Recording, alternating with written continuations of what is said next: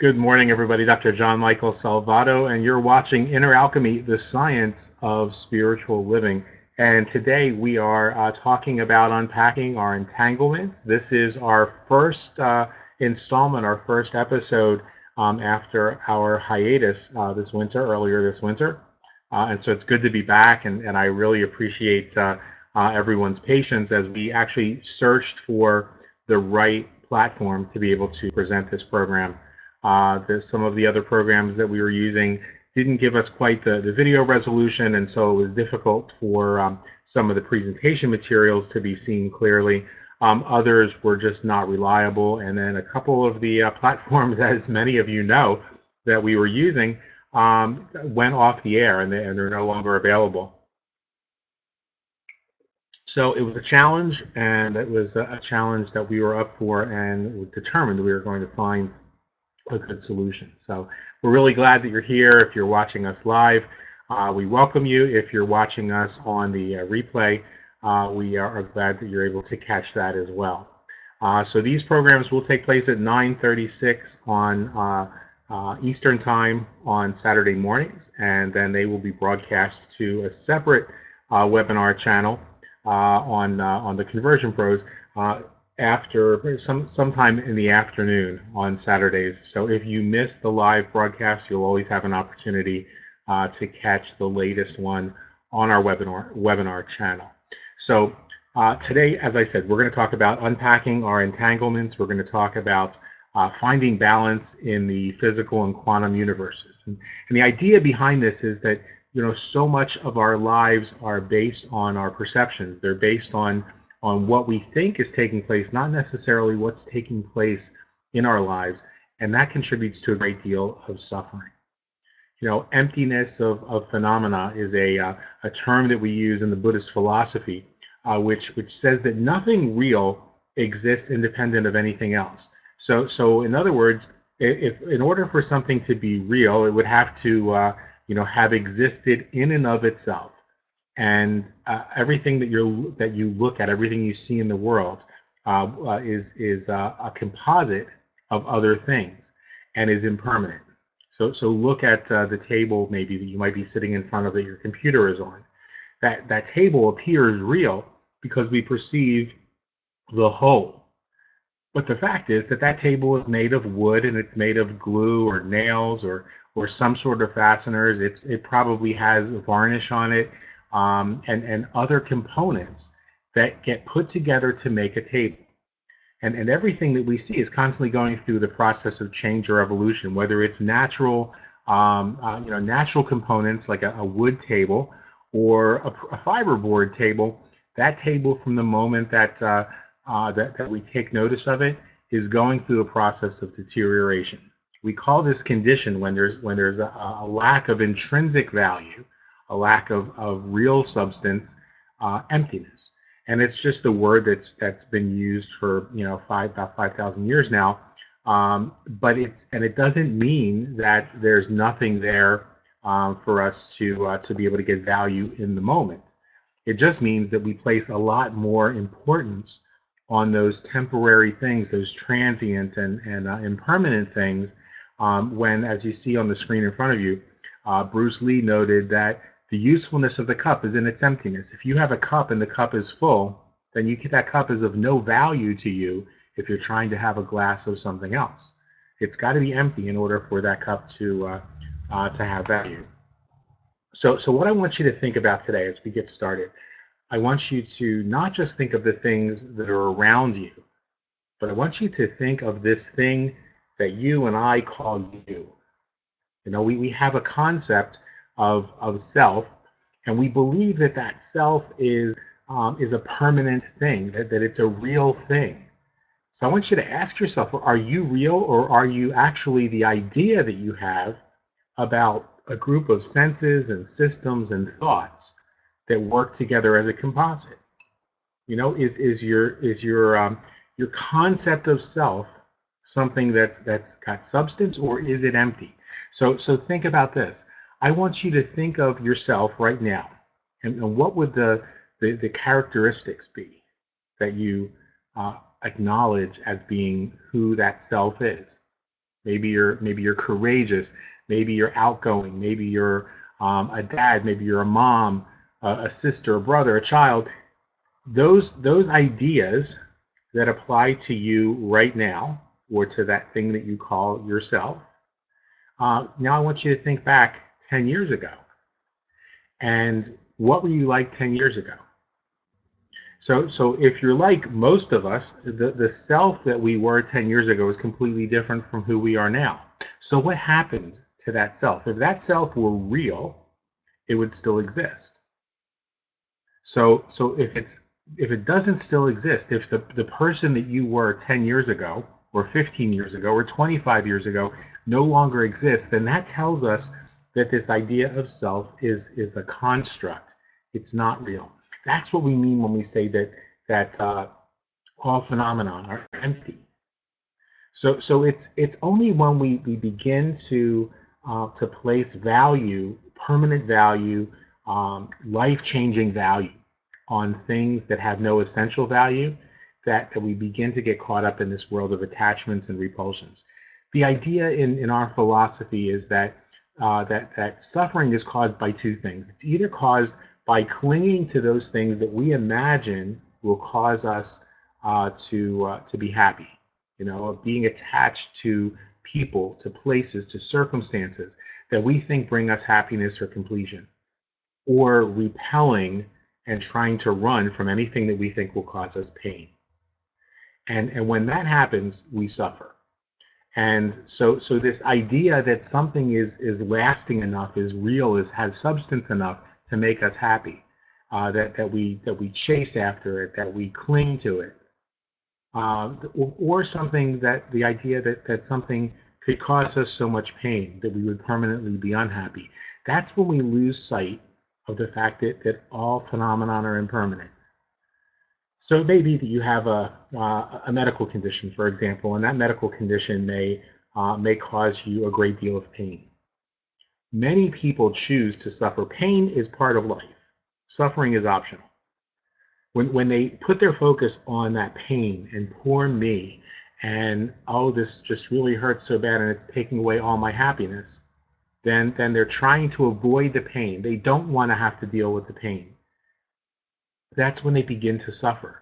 When they say, this experience of pain is what it is, and pain is really just a warning signal for us that something is out of balance. And no, none of us like pain. But we might say, hey, you know what, this pain is here to protect me. It's here to let me know something is wrong. And it really sucks, and I can't wait for it to be done. But it is what it is, and I'm not going to allow it to cause me to suffer. I'm going to move on with my day, and I'm going to move through the pain. Now, that pain might keep you in bed. That pain might keep you, having to sit on the couch or take it easy. But all of those things are good things because they're allowing your body the opportunity to heal. So it's not just the things that we chase after, but also the things that we try to push away. But the greatest cause of suffering is the illusion of separateness. That idea that there is a line of separateness between me and you, between you and another person, or between you and anything else that's all around you. See, this idea of separateness is what causes people to suffer. To put it in the terms that are used in the Christian tradition and the Abrahamic traditions, it's what causes sin. The idea of sin is a separateness. It's behaving in a way that imagines that something you could do would ever separate you from that first cause, from that primal love, or that concept you call the concept God or spirit or source. That's what that idea of sin is, and it's all in your head. See, through our underlying consciousness and through the activities of our minds and our senses, we carry out actions in the world. And at any given point in time, we're either creating good or we're creating suffering. And it's all a matter of our behavior. So think about the person who steals something. Now they don't steal something because they wake up some morning and say, I think I'm going to, now maybe there are some people who wake up and say, I think I'm going to go steal something. But usually someone steals because they don't have a belief that says that the universe will provide for them and that all of their needs will be taken care of. And so in their mind, there is a separateness between them and the universe, or between them and their God, between them and their society. So they say, in order for me to be able to get what I want, I have to go and take it. And so this concept of having to go out and take what's not mine is that source of that creation of suffering in your life. And it doesn't just cause suffering for the person that you stole from, it creates suffering for the person who is doing the stealing as well, because it just reinforces that negative belief that I have to suffer. Now, on the contrast, the person who recognizes that they are one with all of life, with every experience, who understands that everything that they experience in their lives begins in thought, that person goes out into the world and they encounter a homeless person that they walk by every day on their way to work. And they take the time today to stop at the McDonald's or stop at the corner deli and get a bagel and some coffee for that person and say, hey, I thought you might not have eaten today. That person is acting in union or unity with all of creation. They're taking responsibility for not just for themselves, but for making sure that whatever they can do to help prevent suffering in the world, they do. So it works both ways. Now, in The Science of Mind, Dr. Ernest Holmes says that thought is first reflected into mind and then into matter. And so I want you to think about that. I want you to think of thought as the creative stuff. Think of it as the silly putty or the Play-Doh from which things are made. And so first, that thought is reflected or directed into mind, into that universal consciousness, that creative intelligence, whatever name that you want to call it. Some people call that universal consciousness or that mind source. They call it spirit. They call it God or goddess or Kali or Allah or Yahweh. But whatever name you call it by, thought first gets reflected into that creative source, that 0-point energy source, and then it gets reflected into matter. So what's that got to do with this concept of separateness and unpacking our entanglements? Well, in A Course in Miracles, we read that whatever is not love is fear. And so the Course decides to call that source love.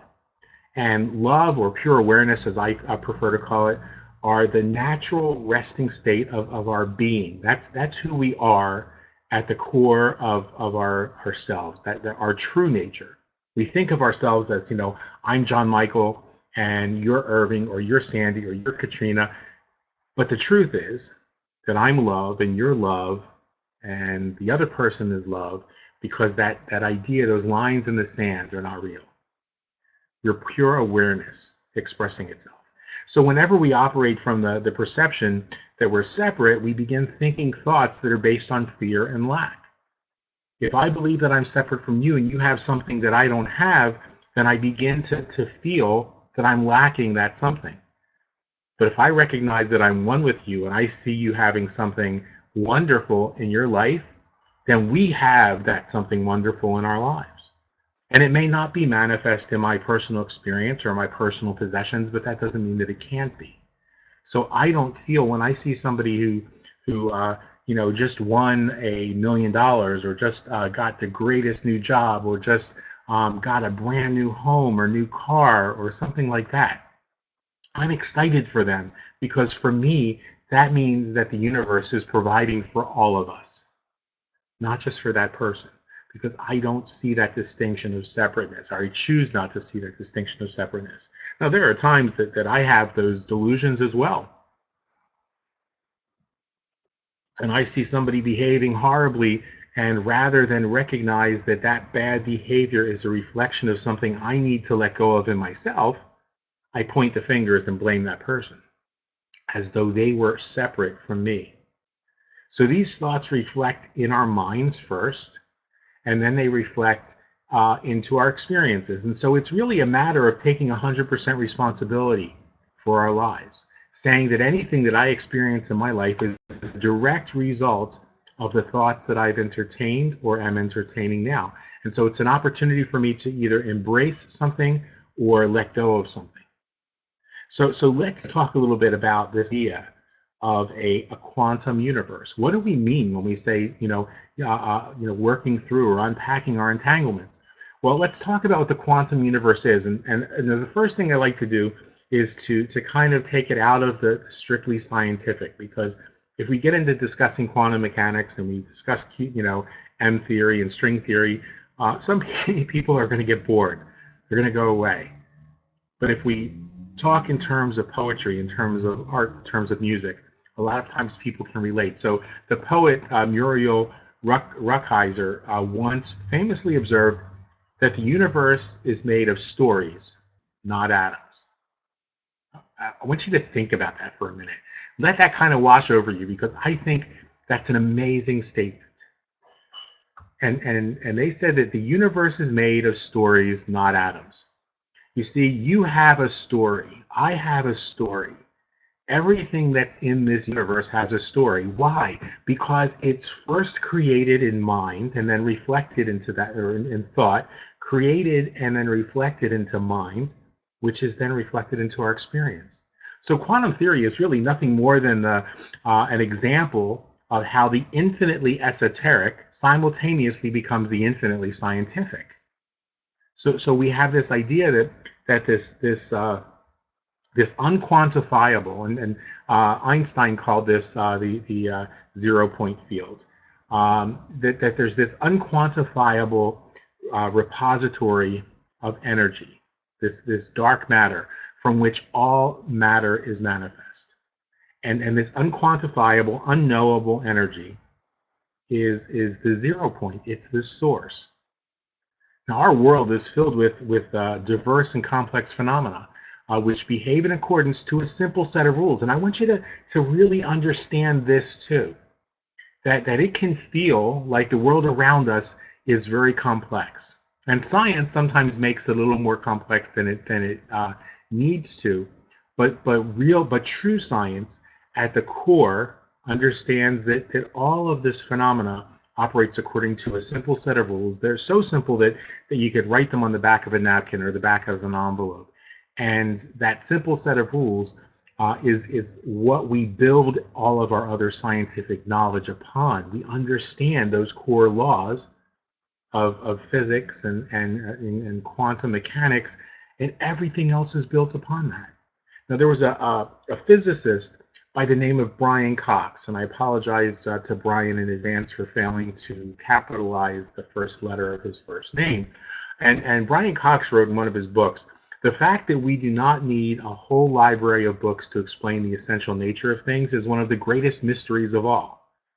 That we can actually drill things down to this core set of simple rules. And when you understand those rules of the universe, those laws of existence, then you understand everything else. Now, the physical universe it has been called by a lot of quantum physicists a hologram. What if that were the case? I want you to think today if it would happen if you recognize that everything that's going on around you, everything in your life, including you, including me, are nothing more than a projection of thoughts and beliefs, which could be shaped and reshaped through the conscious use of these spiritual laws. So when we understand the science of spiritual living, we understand that our experiences can be shaped and they can be reshaped. If we've made decisions or we hold on to beliefs that are manifesting in our lives right now as illness, they're manifesting in our lives right now as financial need, then we can choose to think new thoughts, to let go of that idea that there's not enough, and to open ourselves to opportunities. And that happens on a daily basis in our lives, sometimes without our even realizing. You might be in a position where maybe at 9 o'clock at night, you are facing strong financial challenges. You're facing financial difficulties. You don't know how you're going to pay your bills, and you just don't know what's going to happen. And then in a moment, you connect with somebody who knows a greater truth about you, who knows you're limitless, who knows that the universe is filling the supply. The universe is providing the supply and the demand all around us at all times. And so in that moment, that connection with that person shifts something in your consciousness. You begin to let go of a belief that you have about not having enough, and you open yourself to possibilities. And it might be that in that moment, you find out that there are opportunities sitting right in front of you that you've never known about before. That's what happens when a quantum shift takes place. And all that happened is you're still the same, I'm still the same. This experience of life that's a hologram just became reshaped. We just made a small change, a shift by understanding those universal laws, and your experience began to change. So my recommendation for you today, when I do these programs, I like to be able to give you some real concrete ideas, some concrete stuff to work with. We don't come to this program on Saturdays with an agenda, with an intention of getting you to do something that profits us. This isn't about getting you to to do business with us, to take classes with us.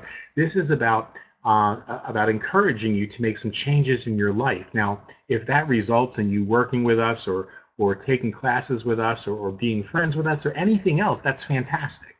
And we embrace that and love it. But what we want more than anything else, what I want more than anything else, is that this lead you to experiencing a more authentic life. And so every week I want to try and give you some advice, some key insights that you can use to begin to apply these principles. And so today we want to talk about mastering the mind-body connection and what we do to make that happen. And there are basically 5 things that you can do to master your mind-body connection starting this week. These are changes that you can begin to make today. The first is to live a balanced life. The second is to calm and control your mind. Third, you want to take care of your body, your mind, and your spirit. And fourth, you want to live from a place of compassion and courage. And 5, you want to become more resilient in your life. And so we're going to talk very briefly about that as we wrap up today.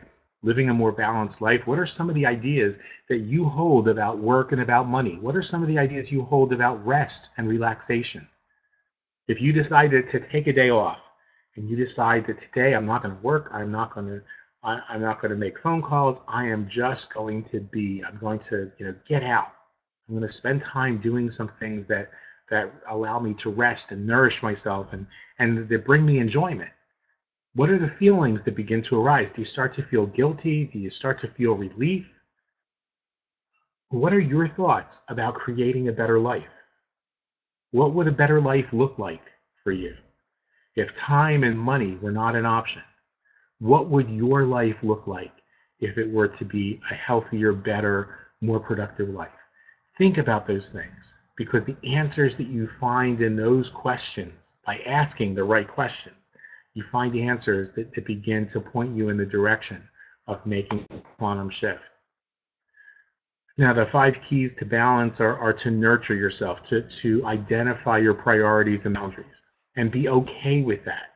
When you recognize that my priorities are to do this, this, this, and this, and my boundaries are set here, understand that you can always change your boundaries. You can always adjust your priorities, but you have to start from somewhere. And know that it's okay. Give yourself permission to set those boundaries, to create those priorities. And then create an efficient mindset. Stay organized. If you need to write things down on paper in order for that to happen, then write it on paper. If you need to spend a couple minutes at night just making sure that you know what you're going to do tomorrow, then do that. Expect the unexpected, because no matter how great your list is, no matter whether you've written it down, no matter whether you put it in your calendar, you put it on Google Calendars, whatever, you have to expect the unexpected and be willing to just let those things unfold as they will. And then whatever is not essential to right here, right now, in this present moment, just let it go. Recognize that sometimes shit happens. If Buddha lived today, I think his 4 noble truths might begin with those words: shit happens. And when you begin to recognize that the shit that's happening all around you is just a reflection of some of the thoughts, the beliefs that you hold, and it's just an opportunity for you to work through your own shit, then the path to letting go of all of that becomes a lot clearer. When we say to calm and control your mind, don't strive for a balanced life. That's the recipe for a disaster. And I know because I've tried. You know, there have been times when my focus has been that I'm going to create a balanced life. I'm going to create the perfect life. And all that does is when those things, when the unexpected happens, it throws a wrench in your picture, your projection of what that balanced life looks like, and it gets you off course. But instead, if you try to create a balanced day or a balanced moment, if you say, I'm going to create balance for myself right here, right now, and then repeat that in the next moment, and repeat that in the next moment, and do the same thing tomorrow, and the same thing the day after that. Before long, you've created a balanced life, but you've created a balanced life one moment at a time. So practice that. Practice coming back to the present moment. And the best way to do that I know of is to make time for quiet meditation on a daily basis. Majaya Sati Bhagavati would say, quiet the mind and the soul will speak. When we take that time to come back to the present moment, we allow ourselves the space in which to hear the real wisdom from our inner selves. Now take care of your body, your mind, and your spirit. That means getting up and breathing. That means moving. Get outside. Take time whenever you possibly can to go barefoot on the earth, to kind of ground yourself in the surroundings. Just kind of let yourself feel the world around you. And you feel that with your body, you feel that with your mind. Bring your awareness and your mindfulness to your surroundings. And when you do those things, you actually begin, as I said, when you quiet yourself, you begin to hear that inner wisdom. That's your spirit. Eat foods which support the process of cellular regeneration. I'm not going to sit here and tell you that you can't eat junk food. I'm not going to tell you avoid sugar or starch or anything else, or meat or dairy. But I'm here to tell you that make sure that among the things that you do eat some foods which support your cellular regeneration process. If you don't know what those kind of foods are, if you're not sure what could be contributing to imbalances in your body that are manifesting as illness, then seek out the advice of a wellness coach. It's one of the best investments that you could ever make. Make sure that you get plenty of rest. Don't minimize the importance of a good night's sleep. Don't minimize the importance of taking a few minutes away from that computer. If you're in front of a computer all day, to just move. It could be as simple as moving across the room and sitting in a chair and just allowing yourself to kind of breathe and separate from that technology for a few minutes. And then find out, if your adrenal system is being taxed. So many times that the people that I talk to, both as a physician and as a pastoral counselor, they tell me that the health issues that are going on, that they don't understand why. And when we begin to look at their lifestyle, we begin to look at the demands that are being placed on them with their work, with their school, with their relationships, we find out that their adrenal system is just shot. And there are steps that you can take to rebuild your adrenal system, especially if you're somebody who's on a spiritual journey. It's critically important to know that sometimes the world around you can be taxing to your adrenal system when you don't even know it. So find out, again, get in touch with a wellness coach, get in touch with a wellness professional who can help you to explore those things. Choose to live a life that's compassionate and it's courageous. Again, Majaya would say, when you plant the seeds of love, it's you that blossoms. Recognize that just the fact that you've watched this program this far means that there's a part of you that is courageously committed to living a life that's compassionate and mindful. And more than anything else, be resilient. Whatever's going on in your life right now hasn't killed you. And it might seem that you just can't take another minute, but if nothing else, use the things that many of you already know I've gone through in my life. Use those things as a reminder for you when you feel like giving up. Remember, I was sexually abused from the time I was 15 until I was 18. When I was 20, I was raped and beaten by those four illegal immigrants who left me for dead behind that 7-Eleven. And later that year, I was diagnosed with full-blown AIDS. I was told I wouldn't live to see 24. By the time I was 30, more than 100 of my friends and loved ones had died in my arms. At 40, I was beginning to develop the symptoms of what they were thinking might have been MS and what later turned out to be young onset Parkinson's. And by 45, I had lost everything that I owned and had to start over. But I'm here today.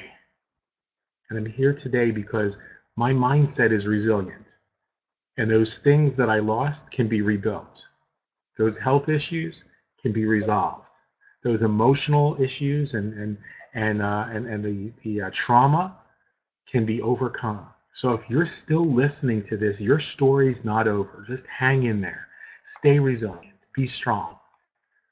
And at the end of every one of these programs, I want to encourage you guys to allow us to share with you a new way of looking at things. And we call this spiritual mind treatment. It's a type of affirmative prayer or affirmative acknowledgement. It's a way of connecting with your inner self, with the truth about your inner self that you may not have thought about before. It's a way of recognizing that that there is a greater awareness available to you. And it's an opportunity for you and for me to just kind of come back to this moment. So kind of calm yourself now, bring yourself to a place where you can just kind of feel your shoulders soften, feel your needs and your worries and your concerns. Kind of stop for a moment. And if you need to, close your eyes or just find a resting posture.